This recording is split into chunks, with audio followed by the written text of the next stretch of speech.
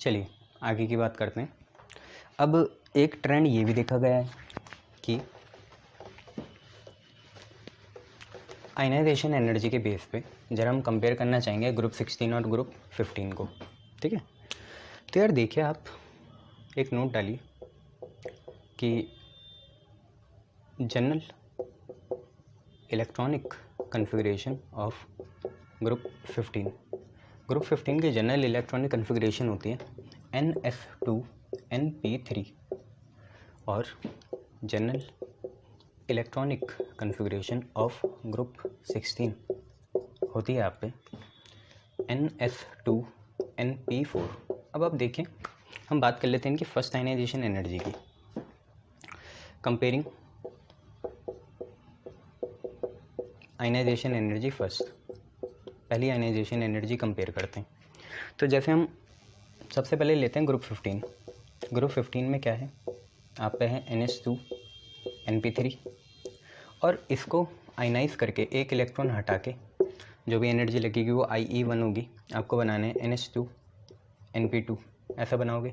बिल्कुल गलत, ऐसा हो ही नहीं पाएगा। पॉसिबल है बच्चों, ये हाफ फील्ड है, इतने आसानी से थोड़ी पॉसिबल होगा, हाफ फील्ड है, ठीक है। हाँ, तुम ये कह सकते हो, मैं कहना ये चाह रहा था कि निकलेंगे कैसे। पहले जो अकेले हैं वो निकलेंगे, जैसे S वाला है, S वाले तो 2 हैं, P वाले अकेले एक हैं, तो पहले निकलेगा कौन सा? बाहर वाला निकलता है यार, NH2NP3, है ना, या P वाले निकलेंगे। ये भी आपकी दिक्कत है, आप देखो निकलेगा इस बार यही वाला, ठीक है, ये चीज़ है। तो NH2NP3 से अगर आप इसे बनाना चाहते हो NH2NP2, या तो ये बन सकता है और यह बन सकता है NH1NP3। अब अगर आपको 11th के कंसेप्ट पता है तो बढ़िया ही पता होगा, ये वाला सही होगा ये वाला सही होगा, आपके ऊपर है। हर चीज़ खुल के नहीं दिखानी चाहिए, कुछ दाव पेच अपनी तरफ भी बचाने चाहिए। तो एक तो ये है, ऐसा कुछ होगा।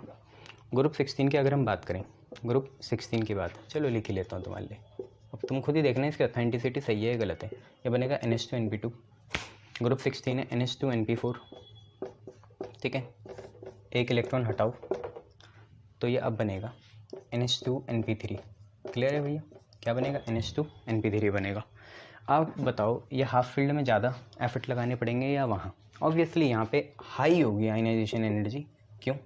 क्योंकि देखो ये हाफ फील्ड है, और हाफ फील्ड हो, फुली फील्ड हो, स्यूडो नोबल गैस कन्फिग्रेशन हो, क्यों आगे आऊँ, जैनी कनाडा होगी, copper zinc gold, zinc cadmium mercury, इनमें तो आफत आ जाती है निकालने में।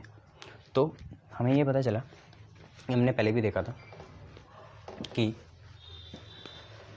सिंपल सी बात है कि आयनाइजेशन एनर्जी कौन सी वाली, first of group 15 greater than group 16।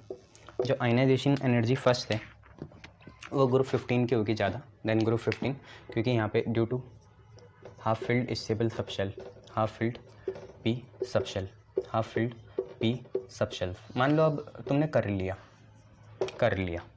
निकाल दिया, तो देखो अब ग्रुप 15 की क्या हालत होगी। ये जो ग्रुप 15 है अब क्या बनेगा, जब तुमने IE1 कर लिया होगा तो अब IE1 करने के बाद ये होगा NH2NP2, ठीक है भैया। और जब इससे IE1 तुमने कर चुके होंगे तो ये बनेगा NH2NP3। अब खुद देखो ये ज़्यादा हाफ फील्ड है, कौन सा वाला, नीचे वाला। तो अब आप जब दूसरा इलेक्ट्रॉन निकालना चाहोगे, मतलब सेकंड आयनाइजेशन एनर्जी सक्सेसिव वाली करोगे, तो अब ग्रुप 16 में ज़्यादा मेहनत करनी पड़ेगी, क्योंकि अब उसमें स्टेबल कन्फिग्रेशन आ गई और ऊपर स्टेबल कन्फिग्रेशन नहीं है। तो अगर हम बात करें आयनाइजेशन एनर्जी सेकंड की ऑफ किसकी, ग्रुप 15 की, तो वो लेसर होगी ग्रुप 16 से। और याद रखना ये दोनों सक्सेसिव है। कैसी हैं दोनों? सक्सेसिव है, इंडिविजुअल नहीं पूछ रहा हूँ, सक्सेसिव है। कोई आपको ऐसा उल्लू ना बनाए कि आपको बोल दिया n माइनस, आपको ऐसा बोल दिया n+1 और O+1 में कौन सी बड़ी है, तो आप कहीं इसको ना अंदाज़ा लगाएं। होगी तो ग्रुप 15 की ही ज़्यादा, यहाँ पे ऐसे नहीं देखते, ठीक है, यहाँ पे सक्सेसिव देखते हैं। तो ionization energy second of group 15 is lesser than group 16, क्योंकि अब इसमें आ गई half filled P subshell, देख रहे हो ना, P3 आ गया, तो half filled P sub shelf, ये याद रखना। क्लियर है इतना? गुड। अब जनरली हम बात कर लेते हैं बॉइलिंग पॉइंट की। तो बॉइलिंग पॉइंट काफ़ी इंपॉर्टेंट है जो यहाँ डिस्कस करना होगा। तो अगर बॉइलिंग पॉइंट की बात करें तो एक नोट और लगा लेना, सर के तो नोट ही चलते हैं, बारिश कर दूँ है ना पैसों की। चलो, तो ग्रुप 16 एलिमेंट में एक नोट लिखेंगे कि जब हम ऑक्सीजन से पोलोनियम तक जाएंगे, ठीक है, तो ऑब्वियसली क्योंकि साइज़ ऑफ एटम क्या होगा, इंक्रीज़ हो रहा है, नीचे जाके साइज़ ऑफ एटम इंक्रीज़ हो रहा है, देयरफॉर बॉइलिंग पॉइंट इंक्रीज़ होता है। कैसे? ग्रेजुअली इंक्रीज़ होता है। बट एक दिक्कत है, क्या है, मैं आपको बता देता हूँ। यहाँ हाइड्रोजन बॉन्डिंग कोई नहीं लगाएगा, थप्पड़ खाओगे, ये फिजिकल उस पर है, ठीक है, फिजिकल एट्रीब्यूशंस होते हैं इसके। मैं आपसे यहाँ पे एक स्टार वाला कंसेप्ट पूछ रहा हूँ कि boiling point of oxygen is very lesser than sulphur. अब आप बोलोगे सर ये क्वेश्चन फंडामेंटली गलत है, क्यों? क्योंकि सर आपने बताया था फ़ोन कलिबर, fluorine, oxygen, nitrogen, chlorine, bromine, यही हाइड्रोजन बॉन्ड बनाते हैं। ऑक्सीजन में होगी हाइड्रोजन बॉन्डिंग तो उसका ज़्यादा होना चाहिए। ऑक्सीजन में क्या होगी? हाइड्रोजन बॉन्डिंग, तो उसका बॉइलिंग पॉइंट ज़्यादा होना चाहिए। तो बच्चे ये फिजिकल एट्रीब्यूशन है, यहाँ पे ये नहीं लगता। यहाँ पे क्या लगेगा? सिंस बाई वूइंग या व्यूइंग मॉलिक्यूल्स, मतलब कैसे? Symmetric molecules of oxygen and sulphur we get to know in nature मतलब रियल वर्ल्ड में oxygen exist as O2 dioxygen, while sulphur exist as acid. Sulphur मिलता है एसिड फॉर्म में, oxygen मिलता है O2 फॉर्म में। अकेले नहीं मिलेंगे, O जब भी मिलेगा O2 फॉर्म में मिलेगा, सल्फर जब भी मिलेगा एसिड फॉर्म में मिलेगा। आप ये बताओ 8 सल्फर का ज़्यादा होगा बॉइलिंग पॉइंट या 1 ऑक्सीजन का, O2 मॉलिक्यूल का? तो ऑब्वियसली सल्फर का ज़्यादा होने चाहिए, ठीक है। तो दैट्स वाई, यहीं पे लिख लेंगे that's why it's boiling point is high. किसका बॉइलिंग पॉइंट हाई है? सर आपने अभी घुमाया हमें हाइड्रोजन बॉन्डिंग में, तो बेटा यहाँ पे हाइड्रोजन बॉन्डिंग क्यों लगेगी? हाइड्रोजन बॉन्डिंग तो केमिकल फिनोमिना हो गया। बॉइलिंग पॉइंट फिजिकल एट्रीब्यूशन है, फिजिकल प्रॉपर्टीज़ पे डिपेंड करेगा। तो जैसे वो एग्जिस्ट करते हैं उन पे नेचुरली ऑक्सीजन O2 मतलब डाइएटॉमिक फॉर्म में एग्जिस्ट करता है और ये ऑक्टा एटॉमिक फॉर्म में मतलब 8 के क्लस्टर में मिलता है। तो ऑब्वियसली देखो, एक एटम का भी कंपेरिजन करें तो सल्फर का साइज़ ऑक्सीजन से बहुत ज़्यादा है। ऑक्सीजन डॉट है तो सल्फर ही है। अब ऐसे 2 डॉट मिल गए और ऐसे 8 स्क्वायर मिल गए और दोनों का एक मॉलिक्यूल का अगर हम कंपेयर करें तो ऑब्वियसली सल्फर के एक मॉलिक्यूल का बॉइलिंग पॉइंट क्या होगा? ज़्यादा होगा। बॉइलिंग पॉइंट हमेशा एक ही मॉलिक्यूल का देखते हैं। अब एक मॉलिक्यूल O2 का तो डॉट डॉट हो गया 2, है ना, और सल्फर के 8 मॉलिक्यूल इस पूरे वाइट बोर्ड को भर देंगे, तो ऑब्वियसली एक मॉलिक्यूल में सल्फर जीत गया। क्लियर है इतना? गुड, ये देख लेना, शाबाश। चलो नेक्स्ट देखो, ठीक है।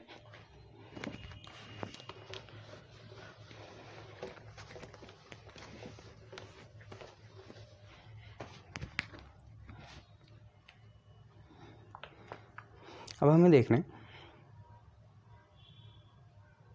कि इनके फिजिकल प्रॉपर्टीज़ क्या हैं। फिजिकल प्रॉपर्टीज़ किनकी भाई? ग्रुप 16 की। हमें बात करनी है फिजिकल प्रॉपर्टीज़ की। ग्रुप 16 की फिजिकल प्रॉपर्टीज़ की बात करना चाहेंगे तो पहली तो यही बात है कि पहली melting point and boiling point increases down the group. ये तो मैंने आपको बताया अभी, मेल्टिंग और बॉइलिंग पॉइंट इंक्रीज़ करते हैं डाउन द ग्रुप। दूसरी बात यह है कि boiling point of acid greater than O2, ये आपको पता चल गया, ठीक है। एसिड और O2 में बॉइलिंग पॉइंट एसिड का ज़्यादा होगा, उसके 8 मॉलिक्यूल इस वाइट बोर्ड को भर देंगे, और O2 के तो ये 2 डॉट हैं, और इनमें लार्ज बॉइलिंग पॉइंट का डिफरेंस है। Large boiling point difference, boiling point का डिफरेंस बहुत लार्ज है। तीसरी चीज़ यार देखो, ग्रुप 16 एलिमेंट्स शोज़ एलोट्रॉपी दिखाते हैं। एलोट्रॉप वेरियस फिजिकल फॉर्म में एलोट्रॉपी, आगे देखोगे आप बहुत सारी। जैसे मैं बताऊँ, ऑक्सीजन O2 फॉर्म में भी मिलता है, O3 फॉर्म में भी मिलता है, ठीक है। सल्फ़र एसिड चेयर फॉर्म में भी मिलता है, क्राउन फॉर्म में भी मिलता है, ठीक है। ऐसी बहुत सी फॉर्म होती हैं, काफ़ी चीज़ें मिलती हैं। चौथी चीज़ आप ये देखें कि सोर्सेज क्या हैं। तो ऑक्सीजन आपको पता है, सोर्सेज में जो ऑक्सीजन है वो एटमॉस्फेयर में होता है। ऑक्सीजन जो होता है कहाँ होता है, एटमॉस्फेयर में होता है, एंड इन अर्थ क्रस्ट, अर्थ के क्रस्ट में भी होता है। पता है ना कैसे होता है अर्थ के क्रस्ट में, एज अ ऑक्साइड, ऑक्साइड्स की फॉर्म में होता है। सल्फ़र का भी यही हाल है। ऑक्सीजन एटमॉस्फेयर में पता है ना कितना परसेंट है, 21% है, ठीक है। और अर्थ के क्रस्ट में भी मिलता है सल्फाइड फॉर्म में। सल्फ़र जनरली ओर्स में मिलता है, बहुत से ओर्स आपको पता ही हैं, ठीक है। Sulphur found as sulphide ores, sulphides और जैसे PbS होता है, PbS को क्या बोलते हैं, गैलीना। जिंक सल्फाइड होता है, ZnS। और भी बहुत से हैं यार, कितने लिखाऊँ तुम्हें। PbS हो गया जैसे गैलीना, ZnS हो गया, है ना, CuFeS2 हो गया, एक्सेट्रा, CuFeS2 एक्सेट्रा, बहुत सारे हैं ऐसे, ठीक है। अब थोड़ी बात कर लेते हैं इनकी केमिकल प्रॉपर्टीज़ की, ठीक है। तो उसमें वही लगेगा जो आपको पता है, इनर्ट पेयर इफेक्ट। नीचे जाते हुए जो हमारी हाइयर ऑक्सीडेशन स्टेट होती है वो इतनी ज़्यादा स्टेबल नहीं होती due to inert pair effect. अब थोड़ी केमिकल प्रॉपर्टीज़ चलेंगे, हम ऑक्साइड्स की बात करेंगे, हाइड्राइड की बात करेंगे, जैसे वाटर हो गया, ये सारी चीज़ें होगी। तो मेन टॉपिक होगा केमिकल प्रॉपर्टीज़ की बात करेंगे, ठीक है। तो केमिकल प्रॉपर्टीज़ में सबसे पहले हम देखना चाहेंगे ऑक्सीडेशन स्टेट्स को,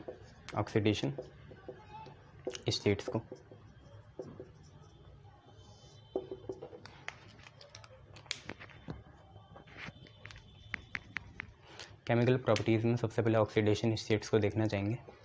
और मोस्ट कॉमन ऑक्सीडेशन स्टेट, ध्यान से देखो, ऑक्सीजन ने तो भाई तबाही मचा रखी है, वो तो बहुत सारी उसमें जाता है। तो मोस्ट कॉमन होती है +4 और +6, +4 और +6 सबसे ज़्यादा कॉमन है। सबकी बात कर रहा हूँ, ओ स्टाइल से टेपो में सबकी बात कर रहा हूँ, सिर्फ ऑक्सीजन की नहीं, oxygen, sulphur, selenium, tellurium, polonium की, सबकी। बट जर्नल क्या होती है, जर्नल ऑक्सीडेशन स्टेट्स यहाँ होती है, -2 होती है, +2 होती है, +4 होती है, +6 होती है। -6 कैसे होगी यार, +6 ही होगी। नीचे जाते हुए क्या करनी है, लूज़ करने की इच्छा होती है ना, गेन करने की इतनी कहाँ होती है, ये, ठीक है। तो सबसे पहले तो वही बात है कि स्टेबिलिटी ऑफ -2, पहले यहाँ पे नोट है, stability of -2 oxidation state decreases down the group, ये चीज़ है। पहली बात तो ये रीज़न हमें देखना है कि -2 ऑक्सीडेशन स्टेट की स्टेबिलिटी डिक्रीज़ क्यों होगी डाउन द ग्रुप। देखो -2 मतलब क्या होता है, gain of electron, gain of 2 electron, 2 electrons का गेन। अब नीचे जाते हुए गेन करने की टेंडेंसी क्यों घटती है, तो इसका बहुत से रीज़न है, क्योंकि एटॉमिक रेडियस बढ़ जाता है, एटॉमिक रेडियस बढ़ेगा तो भाई मेटालिक कैरेक्टर भी बढ़ता है, मेटालिक कैरेक्टर बढ़ता है। और मेटालिक कैरेक्टर की सबसे खास बात क्या है, लूज़ करना है इलेक्ट्रॉन को, गेन करना इलेक्ट्रॉन को नहीं है। तो एक तो रीज़न आप ये बोल सकते हो, साइज़ का बढ़ रहा है तो एटम की टेंडेंसी लूज़ करने की ज़्यादा है, गेन करने की नहीं है। तो -2 कहाँ से आएगी, -2 मतलब तो गेन ऑफ 2 इलेक्ट्रॉन है, फिर लूज़ करना चाहेगा। बाकी 2 हैं, +4 और +6 भी नीचे डिक्रीज़ हो जाती है, ठीक है, +4 और +6 भी नीचे डिक्रीज़ हो जाती है। और इसका आपको पता ही है, due to inert pair effect, अनिच्छा होती है हाइयर इलेक्ट्रॉन्स की बॉन्डिंग में पार्टिसिपेट करने की, क्योंकि वो due to poor shielding effect of S and P या D and F सबशेल, they are bound to the nucleus, they are not free for the participation in bonding. ये है, तो ये हम रीज़न लिख सकते हैं यहाँ पे। तो स्टेबिलिटी ऑफ +4 एंड +6 decreases down the group, stability of +4 +6 decreases down the group. Simple से रीज़न है, due to inert pair effect, बस इससे ज़्यादा कुछ नहीं, no if no but, due to inert pair effect, inert pair effect की वजह से ऐसा हो जाता है। क्लियर है इतना। गुड, मतलब +6 की होगी, सॉरी, हाँ यार +6 की तो होगी, +4 की नहीं, +4 तो सबसे ज़्यादा स्टेबल होगा, तो बस यहाँ पे ये है stability of +6 decreasing down the group due to inert pair effect, and ऐसे लिख लेते हैं stability of +4 increases and +6 decreases down the group due to inert pair effect, है ना। 6 तो बड़ा ही मुश्किल हो जाएगा, 4 तक तो वो संभाल ही लेगा। तो देखो धोखा किसने खाया, -2 ने खाया साइज़ की वजह से, और +6 ने खाया इनट पेयर इफेक्ट की वजह से। जीता कौन, +4, ऐसे याद रखना। -2 ने भी धोखा खाया साइज़ की वजह से, मेटालिक कैरेक्टर बढ़ेगा, लूज़ करने की टेंडेंसी बढ़ जाएगी, गेन करने की कम हो जाएगी, और +6 ने इनट पेयर इफेक्ट की वजह से खाया, तो जीता कौन, +4। क्लियर इतना, शाबाश। अब थोड़ी ऑक्सीजन की एनोमलस बिहेवियर के बारे में बात करेंगे, तो हमारा सेकंड हो जाएगा, ठीक है। सेकंड केमिकल प्रॉपर्टी में दूसरा एनामलस, एनामलस मतलब विचित्र, हिंदी से एलर्जी तो नहीं है ना, विचित्र, एनामलस या विचित्र बिहेवियर ऑफ ऑक्सीजन, एनामलस या विचित्र बिहेवियर ऑफ ऑक्सीजन, ऑक्सीजन का एनामलस या विचित्र बिहेवियर के बारे में बात करेंगे। इसके पीछे बहुत कारण है। देखो ऑक्सीजन एटॉमिक नंबर कितना होता है, 8, 1s2 2s2 2p4 4 5 6 7 8, यह है। तो क्योंकि 2d कुछ नहीं होता, तो इसमें क्या है,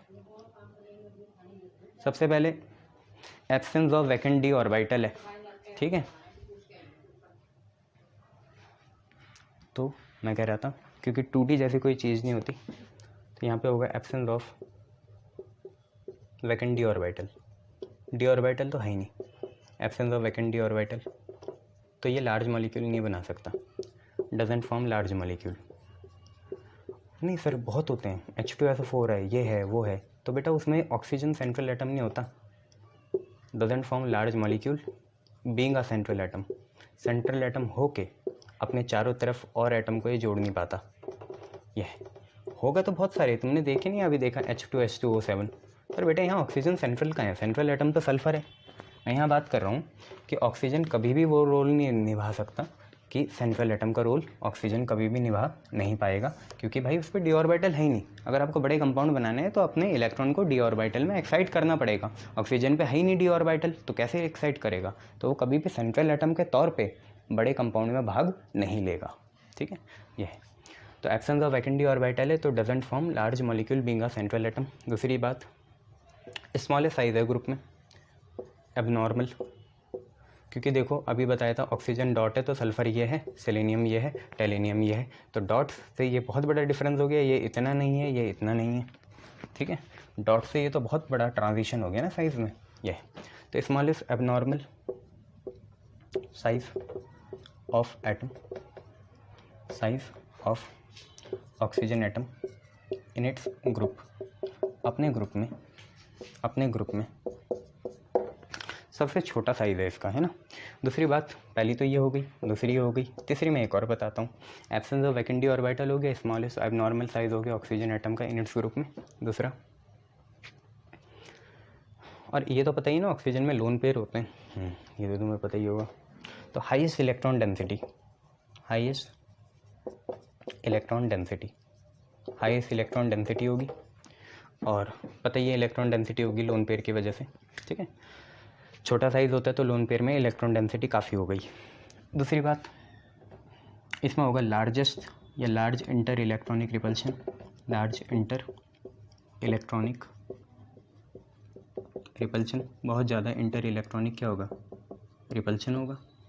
और मेन बात यह है लार्ज इंटर इलेक्ट्रॉनिक रिपल्शन के साथ इसमें ability to form intermolecular hydrogen bond, ability to form intermolecular hydrogen bond, और किसी में होती नहीं इतनी टेंडेंसी, होता सब पे काबिलियत है हाइड्रोजन बॉन्ड बनाने की, बट टेंडेंसी उतनी नहीं है, इच्छा उतनी नहीं है, ठीक है। तो ये सारे एबनॉर्मल बिहेवियर हैं, एनोमलस बिहेवियर हैं ऑक्सीजन के।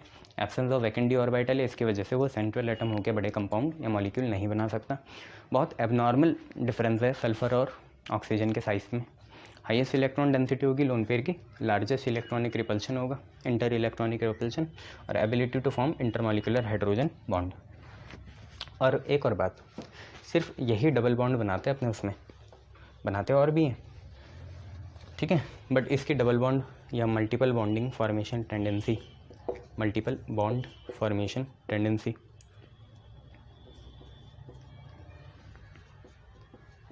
और कौन सी वाली, ऐसे नहीं कि जैसे सल्फर 6-7 बॉन्ड बना रहा है, नहीं, एक के एटम के साथ डबल बॉन्ड ट्रिपल बॉन्ड बना रहे हैं, वो इसकी ज़्यादा होती है। तो multiple bond formation tendency from single atom is highest, सबसे ज़्यादा होती है। एक के एटम के साथ ज़्यादा से ज़्यादा बॉन्ड बनाना चाहेगा, जैसे O और O के बीच में, ये, ठीक है, ये। और भी पता होगा तुम्हें, ऑक्सीजन के सिंगल बॉन्ड को बोलते हैं परऑक्साइड, ठीक है, इसे बोलते हैं ऑक्साइड लिंकेज। फिर होते हैं सुपर ऑक्साइड वाली, फ्रैक्शन वाली, तो वो भी इंक्लूड करते हैं अब, ठीक है, गुड। नेक्स्ट वीडियो में थोड़ा इंक भी भर लेता हूँ, आगे बढ़ाता हूँ। फिर हमारा नेक्स्ट टॉपिक है केमिकल प्रॉपर्टीज़ के अंदर ही तीसरा देखते हैं, ऑक्सीजन के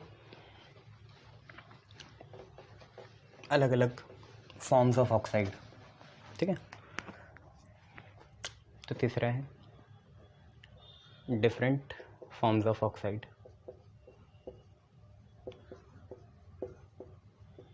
ऑक्साइड है तो ऑक्सीजन तो हो गई, तो हमें देखना है डिफरेंट फॉर्म्स ऑफ ऑक्साइड। जैसे आप देखिए, मैंने ले लिया H2O, आपको पता है इसे क्या बोलता है, डाई हाइड्रोजन ऑक्साइड या water, simply di hydrogen oxide. आप बस हर जगह ऑक्सीडेशन स्टेट निकालिए, किसकी, भैया मैं तो ऑक्सीजन की ही चाहूँगा, तो हाइड्रोजन की होगी +2, तो इसकी होगी -2, ठीक है, ये -2 आ गई ऑक्सीजन की। और देखिए जैसे मैंने बनाया H2O, तो आपको पता ही है बनता कैसे है, OH, इधर होगा लोन पेयर, ठीक है। सोचा था ऐसे होंगे हाइड्रोजन, बट क्योंकि रिपल्शन होगा लोन पेयर बॉन्ड पेयर के बीच में, तो ये ऐसे हो जाएंगे, बॉन्ड एंगल कम हो जाएगा। ये है H2O, जैसे हमने देख लिया ये लोन पेयर है। साथ में अब हम देखेंगे हाइड्रोजन पर ऑक्साइड, H2O2, हाइड्रोजन पर ऑक्साइड, हाइड्रोजन पर ऑक्साइड, डाइहाइड्रल स्ट्रक्चर होता है इसका, OOHH, ऐसे, ठीक है। और जब भी आप देखें, अगर हम बेसिक 11th वाला कंसेप्ट देखें, तो इन दोनों में ज़्यादा इलेक्ट्रोनेगेटिव कौन है, ऑक्सीजन है, तो यहाँ पे आएगा -1, इधर आएगा +1। और इन दोनों में ज़्यादा इलेक्ट्रोनेगेटिव कौन है, तो यही है, तो ये इधर एरो, ये -1 और यहाँ +1। और इन दोनों में ज़्यादा इलेक्ट्रोनेगेटिव है कोई नहीं, तो 0 0। तो अल्टीमेटली देखो इस ऑक्सीजन पे -1 आ रहा है, इस पे भी कितना आ रहा, -1।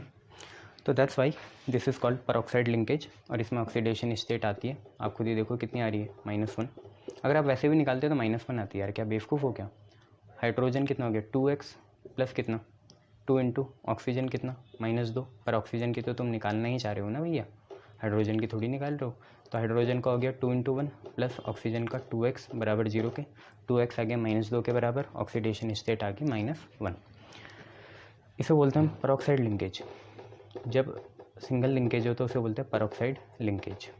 क्लियर इतना, इनमें होगी परऑक्साइड लिंकेज। अब एक और देखते हैं सुपर ऑक्साइड, जैसे KO2 होता है, KO2 ये हमारा एक तरह का सुपर ऑक्साइड है, सुपर ऑक्साइड। KO2 कुछ और नहीं है, क्या है भैया, सुपर ऑक्साइड है। तो KO2 में अगर हम देखें तो ऑक्सीजन की निकालनी है, पोटेशियम की हमें पता है +1 होती है, ऑक्सीजन का हो गया 2x बराबर कितने का, 0 के, x की वैल्यू -1/2 आ गई। तो यहाँ ऑक्सीडेशन स्टेट आ रही है कितनी, -1/2, ठीक है। इसे हम बोलते हैं सुपर ऑक्साइड। Clear, good. और बहुत से ऐसे KNO3 हो गया, ये सारी चीज़ें हो गई, बट बेसिकली इतने से काम बन जाएगा। कुछ मैं और एग्जांपल बताऊंगा आपको इसमें। तो जैसे हो गई आप पे CSO2, KO2, NaO2 super oxide में,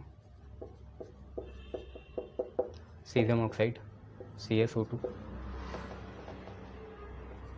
CSO2, KO2, NO2, ठीक है। ये सारे वैसे ही बनेंगे जैसे अभी हमने देखे थे, NO2 तो नहीं, सॉरी NaO2, ठीक है, ये चीज़ है।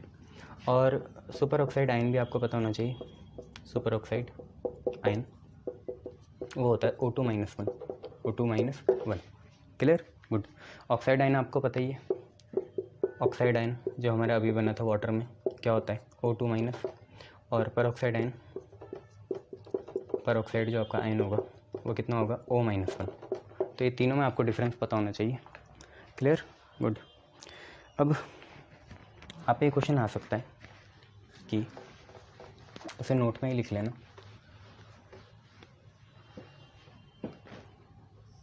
कि क्वेश्चन ये आएगा कि why H2O is liquid why H2S is gas. H2O तो लिक्विड है बट H2S क्या है, गैस है। अगर आप अपना वैसे दिमाग से लगाएं, देखो सल्फ़र का साइज़ बड़ा है, जितना साइज़ बड़ा होगा उतना हम बड़ी स्टेट की तरफ जाते हैं, तो इसको लिक्विड होना चाहिए था, और ये साइज़ छोटा है तो इसे गैस होना चाहिए था। बट यहाँ लिक्विड गैस फिनोमिना बेसिकली सिर्फ फिजिकल एट्रीब्यूशन पे डिपेंड तो करेगा नहीं बॉइलिंग पॉइंट के जैसे। तो हम बस ये बोलेंगे कि since water has hydrogen bonding तो उसकी इंट्रैक्शन अच्छी होती है, इसलिए वो लिक्विड है। बस ख़त्म सी बात। ठीक है, क्या बोला मैंने, H2O लिक्विड इसलिए क्योंकि इसमें हाइड्रोजन बॉन्डिंग है। क्लियर सी बात, गुड। इसके अलावा अब हमारी 3 केमिकल प्रॉपर्टीज़ तो होगी, चौथी देखेंगे हम, रिएक्टिविटी विद हाइड्रोजन। ठीक है, ग्रुप 16 एलिमेंट की reactivity with hydrogen, reactivity with hydrogen, hydrogen के साथ रिएक्ट करके क्या बनाते हैं, जैसे नाइट्रोजन वाले एलिमेंट हाइड्रोजन के साथ रिएक्ट करके हाइड्राइड बनाते हैं, वैसे ही ऑक्सीजन वाले एलिमेंट जैसे oxygen, sulphur, selenium, tellurium, polonium forms करते हैं हाइड्राइड। क्या बनाते हैं, हाइड्राइड। एज या लाइक क्या होते हैं पता ही है आपको, जैसे वाटर हो गया H2O, ऐसी H2S, ऐसी H2SE, H2PE, TE, H2PO। ठीक है, hydrogen, oxygen, sulphur, selenium, tellurium, polonium, H2O, H2S, H2SE, H2TE, H2PO। बस यहाँ पे ये वाटर ही हाइड्रोजन बॉन्डिंग करता है और बाकी सब ऐसे ही हैं। ठीक है, ये सबसे बढ़िया रिड्यूसिंग एजेंट ये होगा। ये भी नहीं होगा H2PO, तो क्या होता है आपका थोड़ा रेडियो एक्टिव टाइप का ही होगा। सबसे बढ़िया रिड्यूसिंग एजेंट ये होगा, बेटर रिड्यूसिंग एजेंट अपने उसमें। ठीक है, बेटर रिड्यूसिंग एजेंट। क्लियर है इतना। अब आपको बताइए इसके बाद हमें इन्हें अरेंज करना पड़ेगा on the basis of acidic character. ठीक है, एसिडिक कैरेक्टर के बेस पे इन्हें हमें वो करना पड़ेगा अरेंजमेंट डिक्रीजिंग ऑर्डर में। तो on the basis of acidic character, acidic character, acidic character आपको पता ही है क्या होता है। एसिडिक कैरेक्टर मतलब होता है release H+ ion, H+ ion को रिलीज़ करना। तो एसिडिक कैरेक्टर के बेस पे अगर हम देखें जितना साइज़ बड़ा होगा उतनी आसानी से रिलीज़ हो जाएगा। तो आप पे ऑर्डर ऐसा आना चाहिए H2PO greater than H2TE greater than H2SE greater than H2S greater than H2O। Water में तो आफत आ जाएगी, रिलीज़ नहीं होगा वो। वाटर एम्फोटेरिक भी होता है ना ये। तो एसिडिक कैरेक्टर क्या हुआ, इंक्रीज़ हुआ नीचे, increase down the group, down the group बढ़ गया। देख ही रहे हो ना H2PO सबसे ज़्यादा है तो इंक्रीजेस डाउन द ग्रुप। तो एसिडिक कैरेक्टर के बाद हम दूसरा देखेंगे थर्मल प्रॉपर्टी या थर्मल स्टेबिलिटी। थर्मल स्टेबिलिटी, कौन बहुत अच्छे से स्टेबल रहेगा अगर हम टेम्परेचर इंक्रीज़ करें। तो थर्मल स्टेबिलिटी ऑब्वियसली नीचे जाते हुए घटेगी, क्योंकि जितना ज़्यादा साइज़ बढ़ जाएगा उतनी आसानी से बॉन्ड टूट जाएंगे, जितने आसानी से बॉन्ड टूटेंगे उतना वो अनस्टेबल होगा। तो thermal stability decreases down the group, decrease down the group, नीचे जाते हुए घट जाएगी। पता ही है ना आपको ऐसा क्यों हो रहा है। ये तो नहीं सोच रहे कि साइज़ बड़ा है तो क्या बोलेंगे स्टेबल होगा, ऐसा कुछ नहीं होता। जितना साइज़ बड़ा होगा उतना नुकसान हो जाएगा, क्योंकि बॉन्ड लेंथ उतनी ज़्यादा हो जाएगी और उतनी आसानी से बॉन्ड टूटेगा तो अनस्टेबल होगा। तो डिक्रीज़ होगा नीचे जाते हुए। तो H2O को सबसे ज़्यादा, भाई इसमें तो एक वरदान भी है ना ऐसे हाइड्रोजन बॉन्डिंग, तो ये तो टूटने का नाम ही नहीं लेगा। H2O के बाद H2S, फिर H2SE, H2TE, H2PO। ठीक है, ये और फिर इसके बाद रिड्यूसिंग बिहेवियर आपको पता ही है क्या होता है, तो वो तो इंक्रीज़ होगा down the group, but water का तो होगा ही नहीं, वाटर को मत रखना क्योंकि वाटर में हाइड्रोजन बॉन्डिंग है, तो ही हाइड्रोजन बॉन्डिंग है तो हाइड्रोजन वो छोड़ना ही नहीं चाहेगा, तो ये है। तो अगर हम तीसरा इसमें देखें रिड्यूसिंग कैरेक्टर आपको बताइए, रिड्यूसिंग मतलब होता है सिर्फ H एटम देना, ठीक है। तो रिड्यूसिंग कैरेक्टर होता है इंक्रीजेज डाउन द ग्रुप, नीचे जाते हुए बढ़ता है, बट एक्सेप्ट हाइड्रोजन, वो भी देख लेंगे। तो H2PO है, ठीक है, H2TE है, ठीक है, H2Fe है, ठीक है, फिर H2F है। तो बस यहाँ पे एक नोट लिख लेंगे, वाटर डजंट शो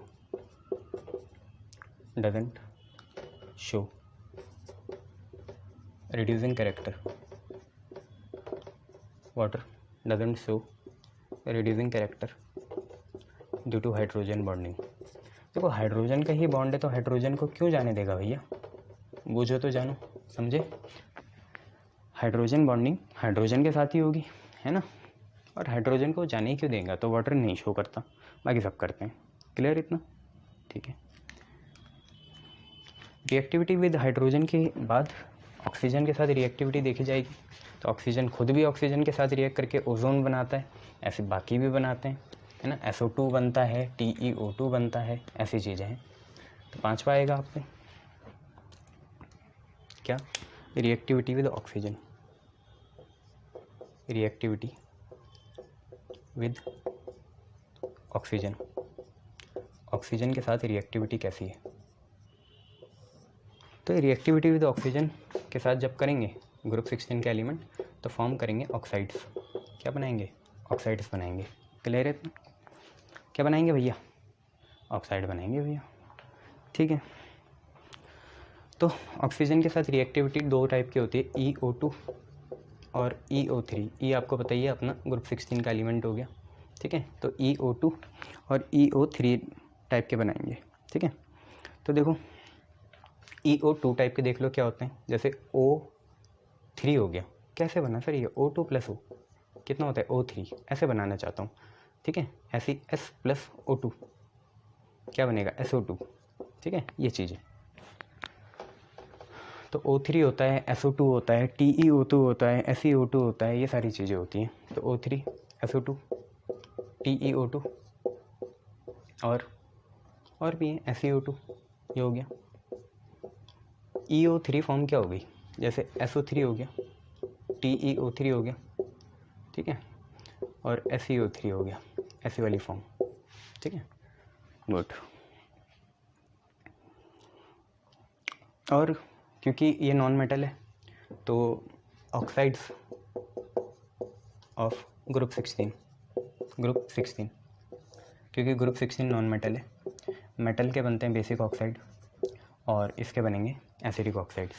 तो oxides of group 16 are acidic in nature, acidic ही होंगे ना भैया नेचर में, एसिडिक इन नेचर। एसिडिक क्यों होंगे, क्योंकि नॉन मेटल है, ठीक है, तो एसिडिक होते हैं नेचर में। शो करने के लिए एक रिएक्शन दिखा लेते हैं, इनका एसिडिक नेचर पता चल जाए। SO2 है, जैसे H2O के साथ करेगा, ग्रुप 16 का ये ऑक्साइड है और ये वाटर है, तो क्या बनाएगा आपको भी दिख रहा है, H2SO3 बनाएगा, H2SO3। अब खुद ही देखो H2SO4 होता है सल्फ्यूरिक एसिड, क्योंकि इसमें ऑक्सीडेशन स्टेट ज़्यादा आती है, यहाँ पे कम आएगी, तो ये बन जाएगा सल्फरस एसिड। यहाँ पे SO2 एसिड के जैसे बिहेव करा, वाटर क्योंकि एम्फोटेरिक होता है तो ये बेसिक के जैसे बिहेव करेगा। आपको पता है ऑक्सीजन पे लोन पेयर भी होते हैं, इसे देगा ये, ठीक है, बेस है ना, तो H2SO3 बन जाएगा। अब वो भी हम देख सकते हैं कि इनमें से ज़्यादा स्टेबल कौन सा होगा। अगर हम देखें कि यहाँ पे ऑक्सीडेशन स्टेट आएगी +4 और यहाँ पे ऑक्सीडेशन स्टेट आएगी +6, क्योंकि ऑक्सीजन की होती है -2, तो 3 × -2 -6, तो ये +6 और ये +4। तो मैं एक नोट लिखा लेता हूँ कि on moving down the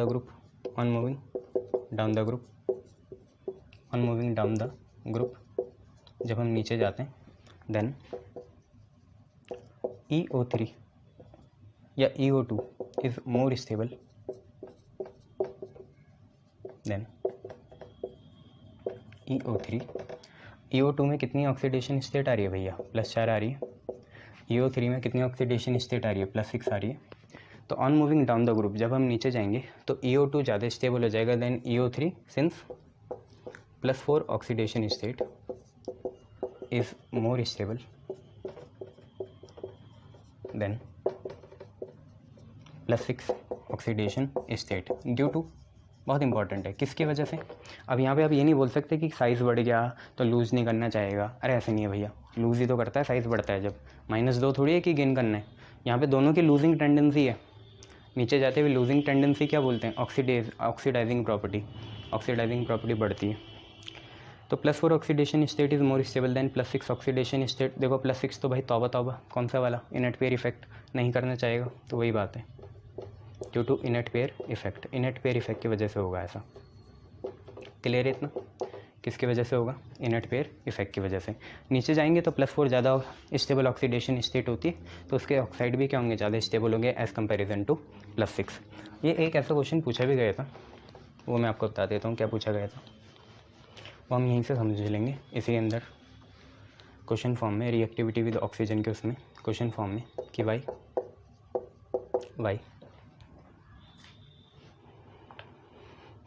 SO2 is reducing while TeO2 is oxidizing. SO2 is reducing, TeO2 क्या है? ऑक्सीडाइजिंग में। क्लियर? इस क्वेश्चन को हम ऐसा भी समझ सकते हैं, इन्होंने बोला SO2 रिड्यूसिंग है, TeO2 क्या है? ऑक्सीडाइजिंग है। इस क्वेश्चन को हम ऐसा भी समझ सकते हैं कि ये क्वेश्चन हमसे कहना चाह रहा है, इस क्वेश्चन का मैं और लिख के ये बोल सकता हूँ कि SO2 SO3 बनना चाहेगा,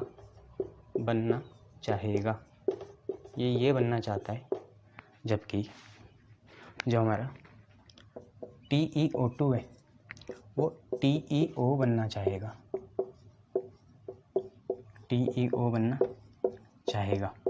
ये क्वेश्चन ऐसे भी इंटरप्रेट हो सकता है। SO2 SO3 बनना चाहेगा, TeO2 TeO बनना चाहेगा।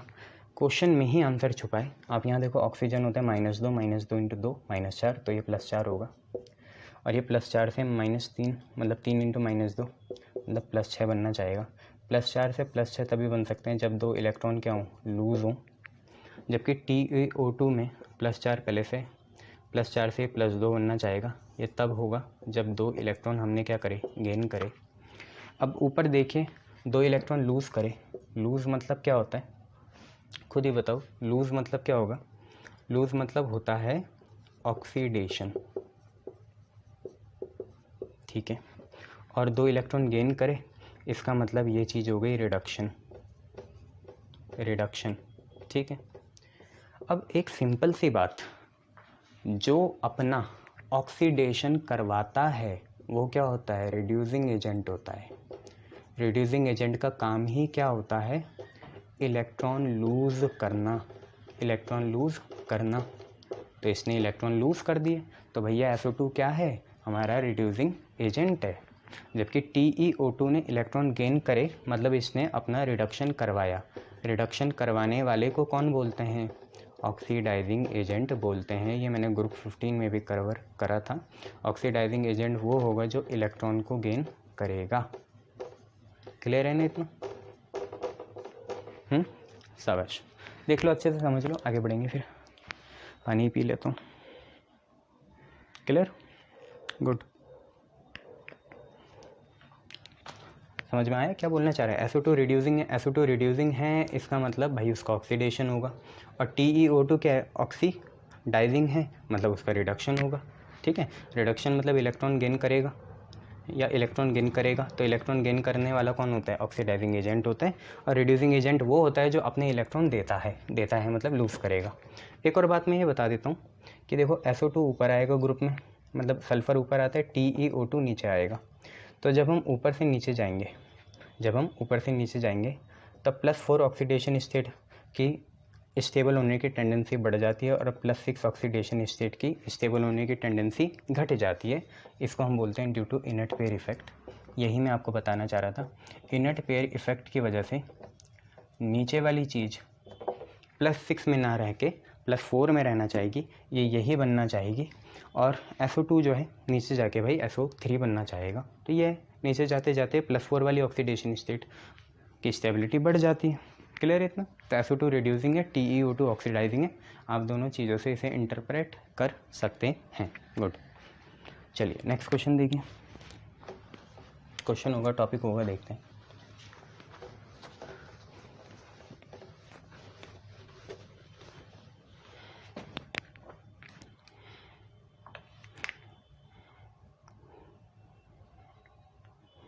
रिएक्टिविटी विद हेलोजन है, मेरे हिसाब से छठा होगा।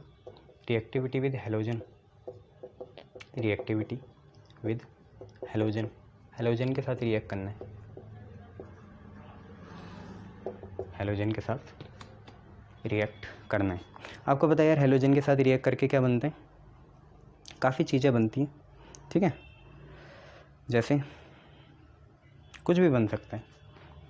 अगर हमारा E ग्रुप 16 हो गया और X हमारा हेलोजन हो गया तो फॉर्म बनेगी EX बन सकती है, EX2 बन सकती है, EX4 बन सकती है, EX6 बन सकती है। अब क्योंकि फ्लोरीन का साइज़ छोटा होता है, फ्लोरीन में absence of vacant d orbital होते हैं, होते ही नहीं उसमें वैकेंट डी ऑर्बिटल, तो वाली कौन सी वाली फॉर्म बनाएगा, जनरली ऐसी बनाएगा जैसे फ्लोरीन एक सल्फ़र के साथ बहुत ज़्यादा जुड़ेंगे, जैसे 6 फ्लोरीन जुड़ गए, 5 जुड़ गए, तो जैसे मैंने बोल दिया hexafluoride are most stable, जैसे SF6 हो गया, ये क्या होते हैं, बहुत ज़्यादा स्टेबल होते हैं। क्लियर?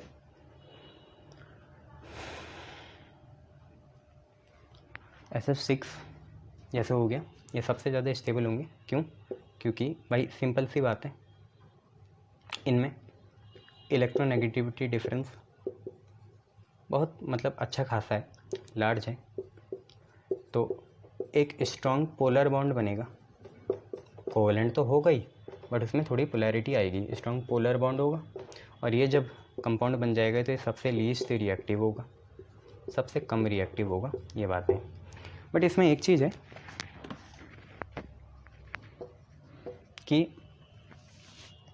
मैं ये बोल सकता हूँ fluorides of oxygen doesn't exist, fluorides of oxygen does not exist. या तो मैं आपसे ये कह सकता हूँ क्वेश्चन कि ऑक्सीजन के फ्लोराइड एग्जिस्ट नहीं करते, या मैं आपसे ये कह सकता हूँ कि SF6 एग्जिस्ट करता है, जो कि मैंने ऊपर बना दिया, बट OF6 नहीं करता, OF6 डजंट। SF6 तो एग्जिस्ट करता है बट OF6 करता ही नहीं एग्जिस्ट। यही है, या तो ऑक्सीजन के फ्लोराइड एग्जिस्ट नहीं करेंगे, या SF6 exist but OF6 doesn't. Fluorides क्या, हैलाइड्स ही बोल देता हूँ मैं, halides of oxygen doesn't exist, oxygen के हैलाइड्स एग्जिस्ट नहीं करते, जबकि SF6 एग्जिस्ट करता है बट OF6 डजंट। तो इसके पीछे एक ही रीज़न है, since oxygen doesn't have vacant d orbital.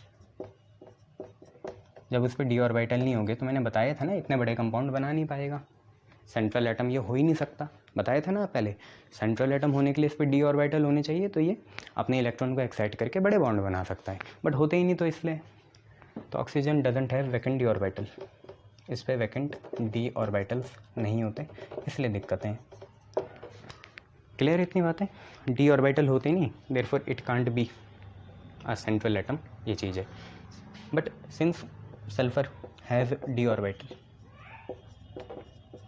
Sulphur पे डी ऑर्बिटल हो सकते हैं, तो ये अपने इलेक्ट्रॉन को, आपको पता है ना इसमें क्या होता है, 2p6 फिर 3s2 3p4 भी आता है, तो 3d भी है खुला हुआ, तो उसको ये एक्साइट कर सकता है। Since sulphur has D orbital it can form SF6, it can form SF6 ये बना सकता है। अब देखो ऑक्सीजन के फिर हाइलाइड एग्जिस्ट नहीं करेंगे, बट कैन, मैं क्वेश्चन पूछता हूँ आपसे, can O2F2 exist, O2F2 exist कर सकता है, खुद ही सोचो। O2F2, OF6 तो नहीं कर सकता, O2F2 कर सकते हैं, सोचो, या OF2 कर सकते हैं, ये सोचो। और OF2 एग्जिस्ट, OF2 क्या एग्जिस्ट कर सकते हैं, यह आप बताना। मैं इसका आंसर बता देता हूँ, यस। मैं आपसे रीज़न पूछता हूँ क्या है, या आप लोग मुझे बताना प्लीज़, ठीक है। Clear, good.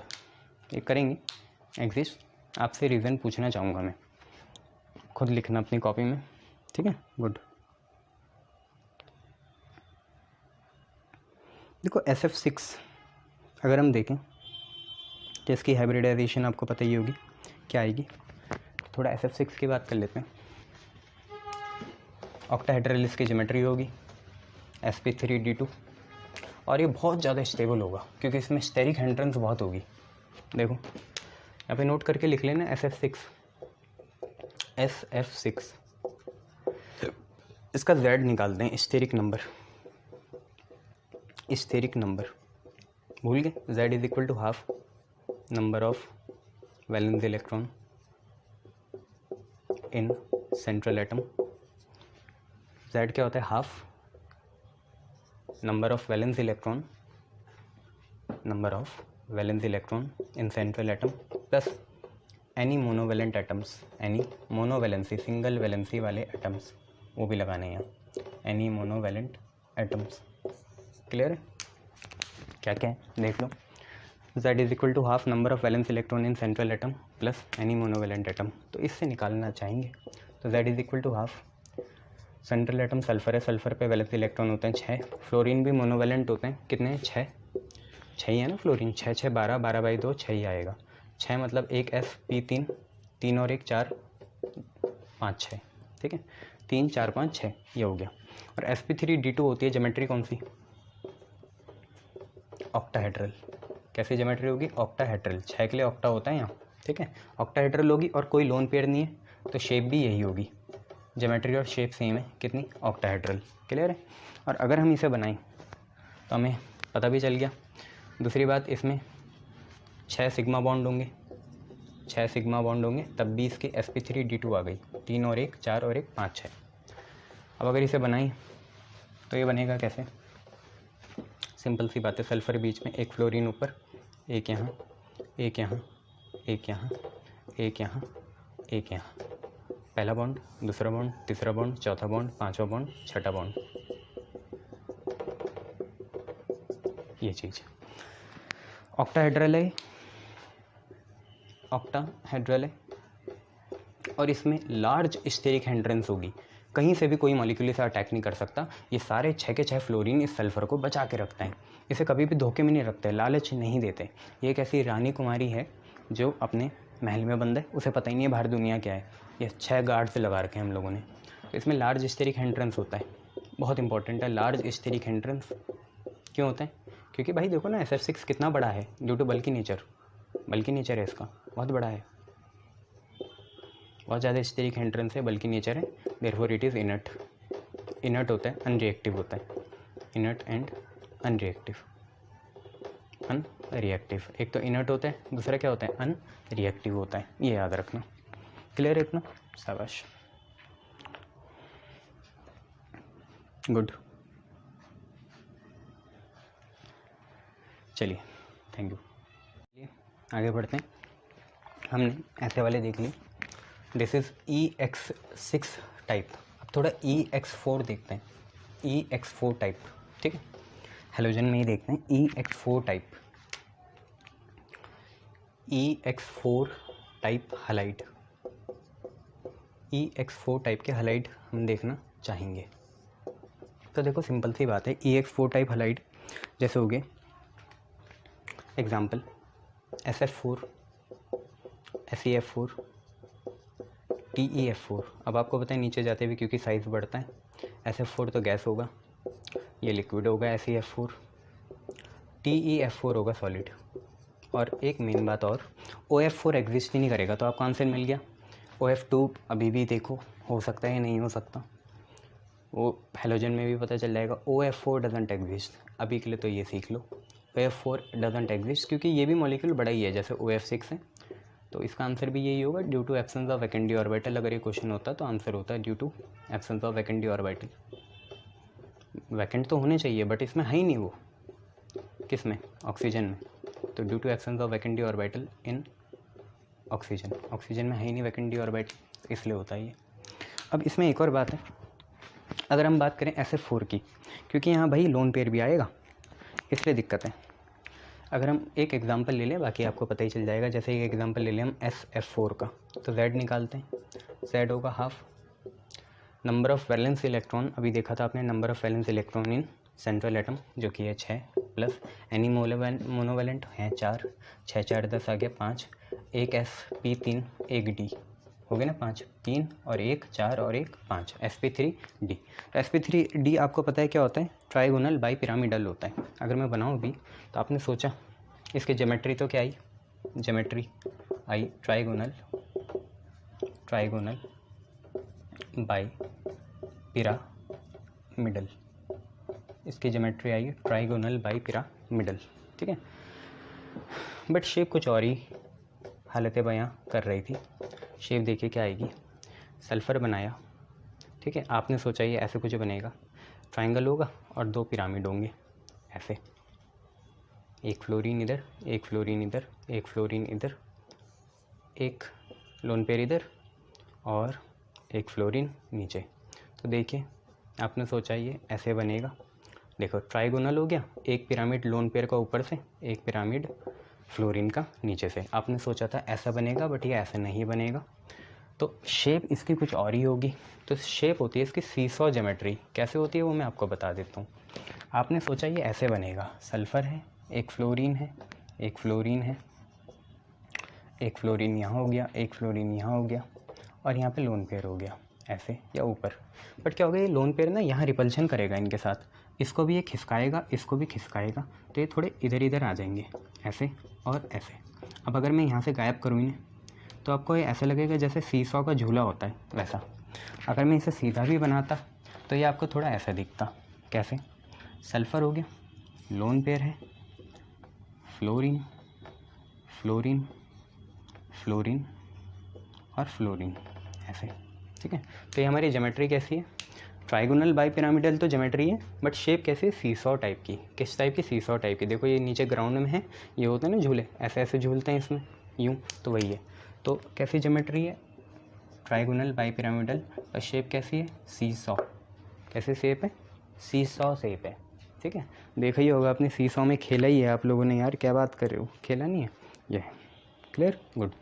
बट अभी भी कुछ एग्जामिनर इसे काटेंगे क्योंकि ये इतना ना सीधा तो होगा नहीं लोन पेयर बॉन्ड पेयर की वजह से, तो थोड़ा इसे ऐसे बना लेना बच्चों, कोई दिक्कत नहीं, सबको खुश रहना चाहिए, तो ऐसा बना लेना, ठीक है, गुड।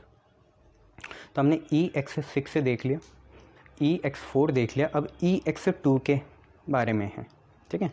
ये तो पहली आई थी sp3d2, अब आई sp3d, अब आएगी sp3, और क्या आएगी, लोन पेयर होंगे। तो अब हम देखेंगे EX2 type halide, EX2 type halide. तो यहाँ पे याद रखना एक्सेप्ट सेलेनियम, सेलेनियम को छोड़ के, एक्सेप्ट सेलेनियम, उसका कुछ और ही कंसेप्ट होता है, ठीक है। Except selenium all other forms, all other forms, अब आपको हर चीज़ नहीं बता सकते ना दांव पेज। Except selenium all other forms EX2 type halide, selenium को छोड़ के सभी EX2 टाइप के हैलाइड बनाते हैं। किसको छोड़ के, सेलेनियम को छोड़ के सभी बनाते हैं। जैसे SCl2, जैसे हो गया SCl2, और भी बना सकते हो SeBr2 एक्सेट्रा, ये चीज़ है। अगर हम इनकी हाइब्रिडाइजेशन देखें तो वो तो Z से ही पता चल जाएगी। हाफ सल्फ़र पे होते हैं 6, क्लोरीन है, मोनोवैलेंट तो 2, 6 2 8, 8 और 2 4, 4 के लिए आ गया sp3, sp3 आ गया, ठीक है। तो आपने सोचा होगा ज्योमेट्री इसकी कैसी आएगी, ज्योमेट्री आएगी 4 के लिए टेट्राहेड्रल, टेट्राहेड्रल, बट ऐसा कुछ था नहीं। इसकी शेप क्या आएगी, किसी एक का ले लो, SCl2 का देखना चाहते हैं जैसे। तो आपने सोचा देखो सल्फ़र है, 2 क्लोरीन है, ठीक है, सल्फ़र है, 2 क्लोरीन है, सल्फ़र पे कुल मिला के 6 इलेक्ट्रॉन होते हैं, 2 तो यूज़ हो गए, कितने बचे, 4 बचे, एक लोन पेयर इधर, एक लोन पेयर इधर, ठीक है। तो या तो ऐसे बना दो या वाटर के जैसे बनाओ, जैसे वाटर का होता है ना H2O, वैसे बनाऊँ तो इससे बात बन जाएगी। बट इसकी शेप टेट्राहेड्रल तो है नहीं। होता क्या है कि दोनों लोन पेयर ऐसे आ जाते हैं, यहाँ होता है कितना सल्फ़र और क्लोरीन इधर भाग जाते हैं नीचे नीचे, तो इसकी थोड़ी बेंट या एंगुलर या वी शेप आती है। देखो वी है, बेंट है, एंगुलर है, तो आती है बेंट या वी शेप या एंगुलर, बेंट या वी शेप या एंगुलर, ऐसी शेप्स आती हैं। ठीक है, 2 सिग्मा बॉन्ड बनेंगे इसमें। ठीक है, बट लोन पेयर को भी सिग्मा में काउंट करते हैं, इसलिए 4 सिग्मा बोलते हैं और हाइब्रिडाइजेशन sp3 आ जाती है। क्लियर है इतना? शाबाश। अब तो समझ जाना, 2 तो यहाँ बॉन्ड पेयर हैं, 2 लोन पेयर हैं, इसलिए 4 सिग्मा बने।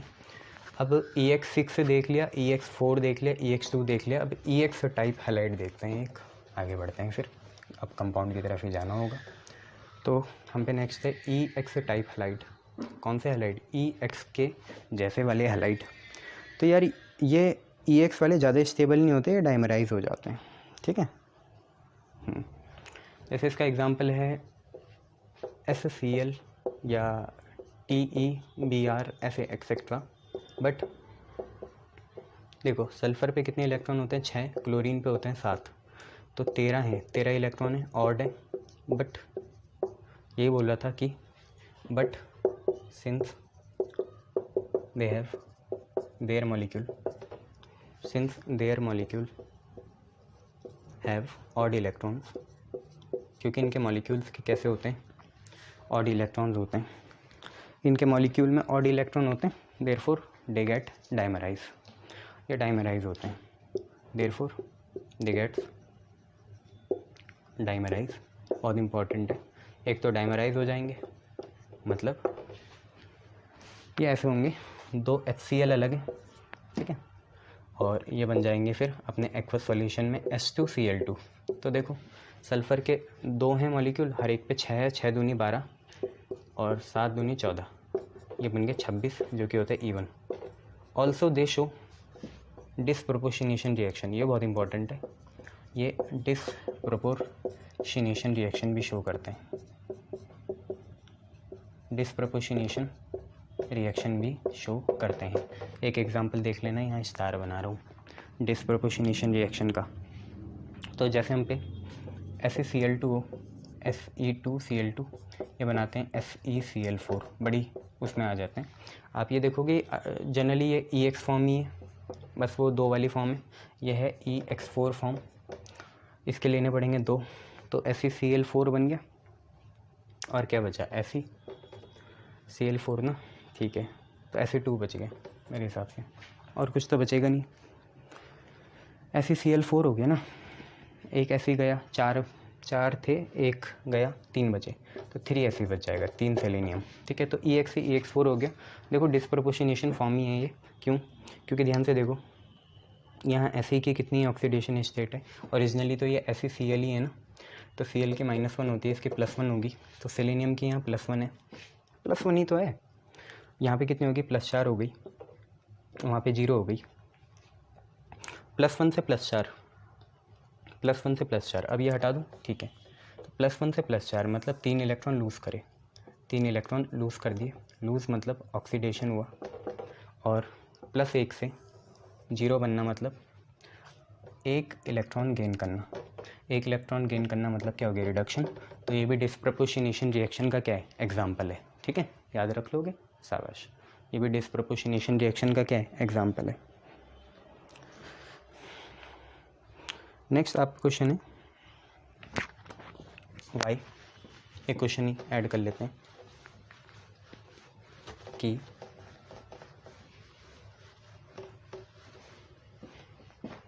Y H2S is less acidic than H2TE।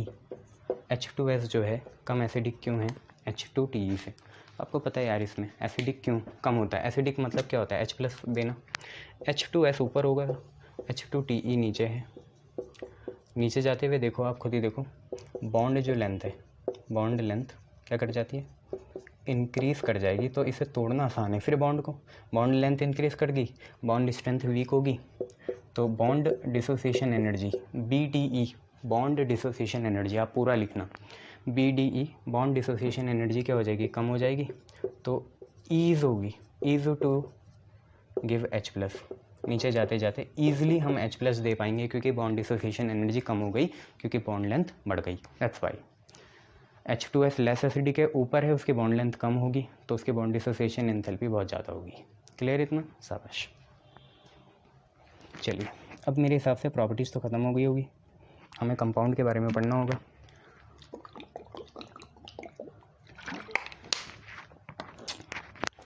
ठीक है, गुड। तो हम ग्रुप 16 के कुछ कंपाउंड देख लेते हैं, ठीक है, उनको आगे बढ़ाते हैं। तो यहाँ पे लिख लो कंपाउंड्स ऑफ ग्रुप 16, ऊपर हेडिंग लगा लो, क्या है, कंपाउंड्स ऑफ ग्रुप 16, ग्रुप 16 के कंपाउंड। ग्रुप 16 के कंपाउंड में सबसे पहला हम पे आएगा डाईऑक्सीजन, डाईऑक्सीजन, डाईऑक्सीजन। यार इसको रिप्रेजेंट करते हैं हम O2 से। ऑक्सीजन ऑक्सीजन के बीच में क्या होती है, डबल बॉन्ड होता है, डबल बॉन्ड कैरेक्टर होता है, ठीक है। और नेचर में ये एटमॉस्फेयर में पाया जाता है as a form of oxygen, ठीक है। अभी ओजोन की बात नहीं कर रहा हूँ, एटमॉस्फेयर में 21% पाया जाता है। बाकी ऑक्सीजन तो नहीं मिलता ऐसे ऑक्साइड फॉर्म में मिल सकता है, बट वैसी फॉर्म में नहीं मिल सकता ऑक्सीजन। क्लियर है इतना? गुड। थोड़ा बात करते हैं इसकी प्रिपरेशन कैसे होती है। तो लैब प्रिपरेशन देखते हैं। लैब प्रिपरेशन कैसी है, पोटेशियम क्लोरेट को हीट करें, पहली तो यही है, तो by heating potassium chlorate KClO3, lab वाली बता रहा हूँ, KClO3 को हमें क्या करना पड़ेगा, हीट करना पड़ेगा भैया, तब बात बन जाएगी, ठीक है, पोटेशियम क्लोरेट को, ठीक है। तो KClO3 ऑक्सीजन तो निकलेगा ही, साथ में KCl निकलेगा, इसे अब बैलेंस करना पड़ेगा। 3 KClO3, 3 KCl, 3 K और 3 Cl अलग, 3 O3 बचा ना, तो 2 लगा देते हैं यहाँ पे भी 2 आ जाएगा, यहाँ 3 आ जाएगा, बैलेंस है। देखो 2 potassium 2 chlorine 2 chlorine, 6 oxygen 6 oxygen ही है, तो एक तो ये हो गया लैब प्रिपरेशन। बस ये कमर्शियल नहीं है, ज़्यादा उसमें नहीं बनेगा ये, ठीक है। फिर है मेटल के ऑक्साइड को अगर आप हीट कर दें तब भी हो जाता है, ठीक है, या थर्मल डिकम्पोजिशन कर दें मेटल ऑक्साइड का तब भी निकलते हैं। मेटल ऑक्साइड जैसे नेटिव मेटल का होगा Ag2O वैसे, तो thermal decomposition of metal oxides, metal के ऑक्साइड्स का क्या कर दो, थर्मल डिकम्पोजिशन कर दो, तब भी बात बन जाएगी। क्लियर है? तो जैसे Ag2O है उसका कर देंगे तब भी बात बन जाएगी। तो जैसे 2Ag2O है, इसको हमने थर्मल डिकम्पोज करा, यहाँ पे भी हीटिंग थी, तो एक तो O2 निकल जाएगा और निकलेगा 4Ag नेटिव फॉर्म में। ऐसे ही अगर हम 2HGO ले लें, 2HGO हीट करें तो 2HG अलग होगा और O2 अलग हो जाएगा, ठीक है, ये चीज़ हो गई। और पेरोक्साइड का डिकम्पोजिशन से भी मिलता है, बट यील्ड इतनी अच्छी नहीं होती, ठीक है। तो तीसरा भी लिख लेते हैं। तीसरा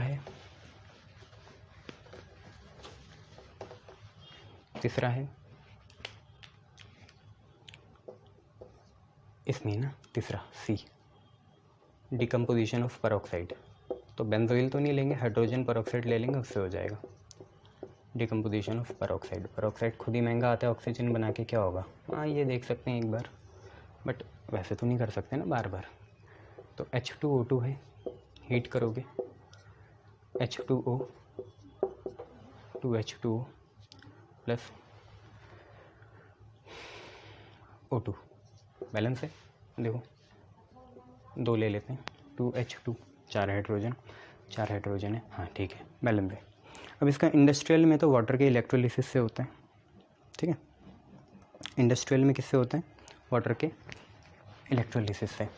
तो अब तीसरा आएगा हम पे कमर्शियल प्रिपरेशन, किसकी? डाईहाइड्रोजन की, सॉरी डाईऑक्सीजन की। कमर्शियल प्रिपरेशन हमें देखनी, तो हम यहाँ लिखेंगे commercial preparation.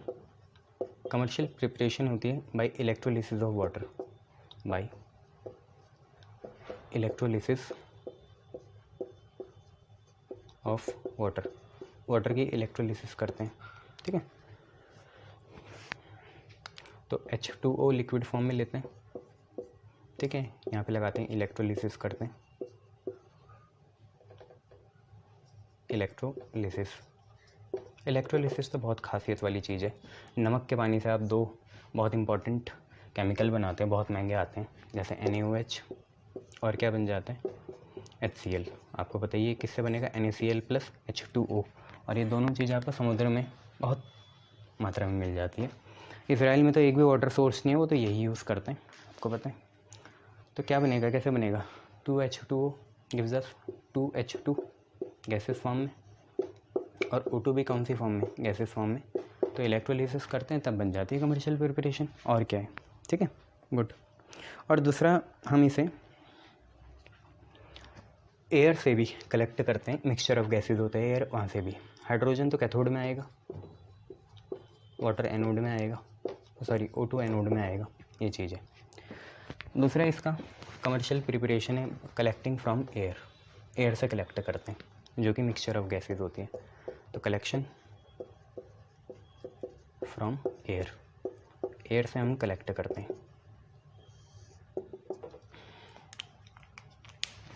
Collection from air mixture of gases, ठीक है।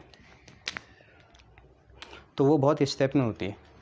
तो फ्रॉम एयर से हम पहले कलेक्ट करते हैं, ठीक है, एयर को कलेक्ट करते हैं, फिर रिमूव करते हैं इससे क्या क्या? Moisture and CO2।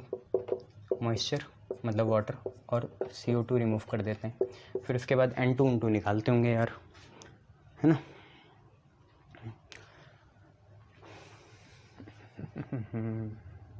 एयर से कलेक्ट करा मॉइस्चर और वाटर को, मॉइस्चर मतलब वाटर और CO2 को क्या कर दिया? रिमूव कर दिया। इसके बाद ऑक्सीजन लिक्विफाई करेंगे, फिर on the basis of boiling point separate करेंगे, फ्रैक्शनल डिस्टिलेशन, फ्रैक्शनल डिस्टिलेशन, और फिर हमें ऑब्टेन्ड हो जाएगा, है ना, प्योर O2 ऑब्टेन्ड हो जाएगी, ठीक है। तो ऐसे चलता है, एयर से कलेक्ट करते हैं, ठीक है, लिक्विफाई करते हैं, फ्रैक्शनल डिस्टिलेशन करते हैं, प्योर O2 मिलती है, बट साथ में हमें नाइट्रोजन भी मिलती है। तो थोड़ा खास ध्यान रखना पड़ता है इसका। एक मिनट, इसकी कुछ प्रॉपर्टीज़ के बारे में बात कर लेते हैं। Physical properties of O2, colourless होती है, ओडोरलेस होती है, आपको पता ही है, बहुत बड़ी ऑक्सीडाइजिंग एजेंट होती है, ये सारी चीज़ें। तो फिजिकल प्रॉपर्टीज़ ऑफ O2 की फिजिकल प्रॉपर्टी क्या क्या है यार? पहली बात तो देखो, ये होती है कलरलेस, साथ में ओडोरलेस भी होती है, कलरलेस होती है, ओडोरलेस होती है, साथ में टेस्टलेस होती है, टेस्टलेस, और अच्छी ऑक्सीडाइजिंग एजेंट होती है, ऑक्सीडाइजिंग भी, साथ में ब्लीचिंग एजेंट भी होती है, कलर से डीकलराइज हो जाती है, मतलब चीज़ों को डीकलराइज कर लेती है, गुड ऑक्सीडाइजिंग और ब्लीचिंग एजेंट होती है, ठीक है। और आपको पता है O2 क्या होती है?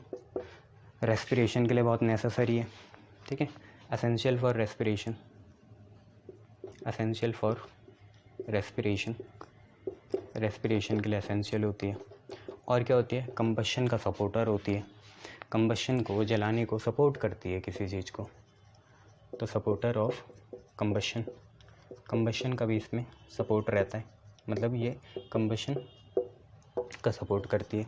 और चीज़ क्या बोल सकते हैं यार इससे? बहुत चीज़ें ऐसी, इसके आइसोटोप होते हैं, ठीक है, और क्या बोल सकते हैं इसमें? हाँ, इसके आइसोटोप्स की बात करते हैं। आइसोटोप्स होते हैं बहुत सारे, कौन से? 8O16, 8O17 और 8O18 ये होते हैं। 8O16 तो सबसे ज़्यादा एबंडेंट होता है, सबसे ज़्यादा मात्रा में यही मिलता है। 8O18 थोड़ा रेडियो एक्टिव होता है, थोड़ा क्या बहुत ज़्यादा होता है रेडियो एक्टिव, ठीक है, ये याद रखना, ये होता है रेडियो एक्टिव। क्लियर, गुड, ठीक है। चलो आगे देखो, और कुछ प्रॉपर्टी बता सकते हैं इसकी? नहीं, हाँ ये बोल सकते हैं ऑक्सीजन वाटर में डिज़ोल्व होती है। तीसरा, डिज़ोल्व इन वाटर, पानी में घुलता है। हाँ, जबकि ऑक्सीजन और हाइड्रोजन घुलना नहीं चाहते एक दूसरे में, जबकि जब वाटर बन जाते हैं तो ऑक्सीजन उसमें डिज़ोल्व होना चाहती है, इसलिए एक्वाटिक लाइफ काफ़ी अच्छे से फल फूल रही है। पानी में जीवन कम से कम 1.5 लाख साल पहले आ गया था ज़मीन में जीवन से, ठीक है, गुड। इसके बाद अब इनकी केमिकल प्रॉपर्टीज़ देखते हैं। देखो ऑक्सीजन होता है पैरामैग्नेटिक, ये तो आपको पता ही है मॉलिक्यूलर ऑर्बिटल थ्योरी से, MOT मॉलिक्यूलर ऑर्बिटल थ्योरी से पता है ना तुम्हें। क्या होता है, O2 पैरामैग्नेटिक होता है ड्यू टू अनपेड इलेक्ट्रॉन, ठीक है। ज़रा यही देख लेते हैं कैसे है, फिर आगे बढ़ेंगे। अगर हम वैसे देखें तो नोट यह है कि VBT एंड वेस्पर, पता है ना ये थ्योरी, वैलेंस बॉन्ड थ्योरी और valence shell electron pair repulsion, ये बोलती है कि O2 कैसा होगा, डायमैग्नेटिक होगा, जो कि बाद में निकला फॉल्स, गलत, बिल्कुल सिलसिलेवार गलत निकल गया। जबकि जो मॉडर्न थ्योरी है, कौन सी, MOT मॉलिक्यूलर ऑर्बिटल थ्योरी, ये कौन सी थी, वैलेंस बॉन्ड थ्योरी और VSEPR theory, valence chain electron pair repulsion और वैलेंस बॉन्ड थ्योरी, ये बोलती है O2 डायमैग्नेटिक होगा, ठीक है। MOT और जो आपकी नई आजकल आती है आपकी वेव थ्योरी या स्पेक्ट्रोस्कोपिक थ्योरी, ठीक है, वो बोलती है कि O2 होगी पैरामैग्नेटिक। तो हम तो उसी के हिसाब से चलेंगे जो मॉडर्न है, ये जो हमारी मॉडर्न थ्योरी है, कौन सी, मॉलिक्यूलर ऑर्बिटल थ्योरी और इलेक्ट्रॉन थ्योरी, ये बोलती है कि भाई O2 होगा पैरामैग्नेटिक। ज़रा देखते हैं कैसे, इन्होंने बोला O2 होगा भैया अपना कैसा, पैरामैग्नेटिक, देखते हैं कैसे। देखो अगर तुम्हें याद होगा तो जैसे एक ऑक्सीजन सल्फर है उसके तो तुम बहुत आसानी से कर लेते हो, 1s2 2s2 2p, कितना, 1 2 3 4, ऑक्सीजन होता है 8 4, ठीक है, 2p 4 है, बनाओगे तो 1 2 3 4, ऐसे ही एक दूसरा ऑक्सीजन होता तो उसमें भी यही होता, दो से मिलके बनता है ना, ये होता 1 2 3 4। अब इन दोनों की पेयरिंग होगी, इन दोनों की पेयरिंग होगी, तो ये तो डाया दिख रहा। तो ये हमें बताया था किसने, VBT और वेस्पर ने, कि ऐसा डाया होता है। बट जो मॉलिक्यूलर ऑर्बिटल थ्योरी है वो कुछ और ही कहती है। अगर तुम्हें पता होगा तो वो कैसे चलती है, पता है ना, उसमें होता है sigma 1s, sigma star 1s, sigma 2s, sigma star 2s, ठीक है। तो भरो, S में तो 2 ही भरे जाते हैं ना, O2 में कुल मिला के 16 इलेक्ट्रॉन होंगे, ठीक है, ये 16 इलेक्ट्रॉन होंगे। तो sigma 1s2 sigma star 1s2, जिनमें स्टार नहीं है वो बॉन्डिंग ऑर्बिटल है, और ये है एंटी बॉन्डिंग ऑर्बिटल, ये है बॉन्डिंग मॉलिक्यूलर ऑर्बिटल, ये है anti bonding molecular orbital. Sigma 2s2 sigma star 2s2, तो 1 2 3 4 5 6 7 8, ठीक है। फिर आता है पाई 2px बराबर पाई 2py के। इनको कैसे भरते हैं, पहले हंड्स रूल चलेगा यहाँ पे भी, हाफ फील्ड फिर फुली फील्ड, 1 2 3 4 5 6 7 8 9 10 11 12, तो पहले हाफ करा 12, ठीक है। तो sigma 1s2 sigma 2s2 sigma star 1s2 sigma star 2s2 पाई 2px ये पाई 2py ये। फिर अब आएंगे सिग्मा 2pz, बट एक minute, sigma 1s sigma 1s sigma star 1s sigma 2s sigma star 2s पाई 2px पाई 2py, हाँ pi star 2px pi star 2py भी आएंगे। Sigma 2pz पहले आ जाता है, नहीं पाई स्टार पहले आता है, पाई स्टार 2px बराबर पाई स्टार 2py, 1 2 3 4 5 6 7 8 9 10 11 12 13 14 15 16, 2 और 2, ऐसे ऐसा हम करते अगर ये 14 इलेक्ट्रॉन से कम होता। किससे कम होता? 14 इलेक्ट्रॉन से कम होता। बट क्योंकि ये 14 इलेक्ट्रॉन से ज़्यादा है, ये बताना चाह रहा था, लोग यहाँ पे गलती करते हैं। 14 इलेक्ट्रॉन से ज़्यादा है तो इससे पहले एक और चीज़ आती है, वो होती है कितना? Sigma 2p/z। Sigma 2p/z। अब देखो उसमें भरेंगे पहले तो 1 2 3 4 5 6 7 8 9 10 11 12 13 14 और इनको आधा आधा भरेंगे 15 16। ये है। तो देखो ये पेयर्ड नहीं हो पाई, ये अभी कैसे अनपेयर्ड है। 16 इलेक्ट्रॉन भरने थे ना, अगर पहले के जैसे भरोगे तो कैसे काम चलेगा? ऐसे भरने हैं 16 इलेक्ट्रॉन। 16 से ज़्यादा है उसमें ये पहले आ जाता है सिग्मा 2p/z। तो 1 2 3 4 5 6 7 8 9 10 11 12 13 14 15 16। तो अनपेयर्ड है, इसकी वजह से ही इसमें क्या आया? पैरामैग्नेटिज्म आया। पैरामैग्नेटिज्म पता है ना क्या होता है? कि जिसमें कोई भी मटेरियल एक्सटर्नल इलेक्ट्रिक फील्ड के अलॉन्ग ही क्या करता है? अट्रैक्ट होता है वीकली, और वो होता है अनपेड इलेक्ट्रॉन की वजह से। देखो यहाँ पे एंटी बॉन्डिंग मॉलिक्यूलर ऑर्बिटल में अनपेड इलेक्ट्रॉन है। क्या है? एंटी बॉन्डिंग मॉलिक्यूलर ऑर्बिटल में क्या है? अनपेड इलेक्ट्रॉन है। इसी की वजह से हुआ है ये। दिख रहा है ना, ये स्टार वाला एंटी बॉन्डिंग होता है, वाला बॉन्डिंग होता है। या आप उससे भी देख सकते हो, अपनी 11th की बुक खोलना तो उसमें O2 का होगा तो वो पैरामैग्नेटिक ही आएगा। क्लियर है? चलो मिलते हैं फिर बाद में।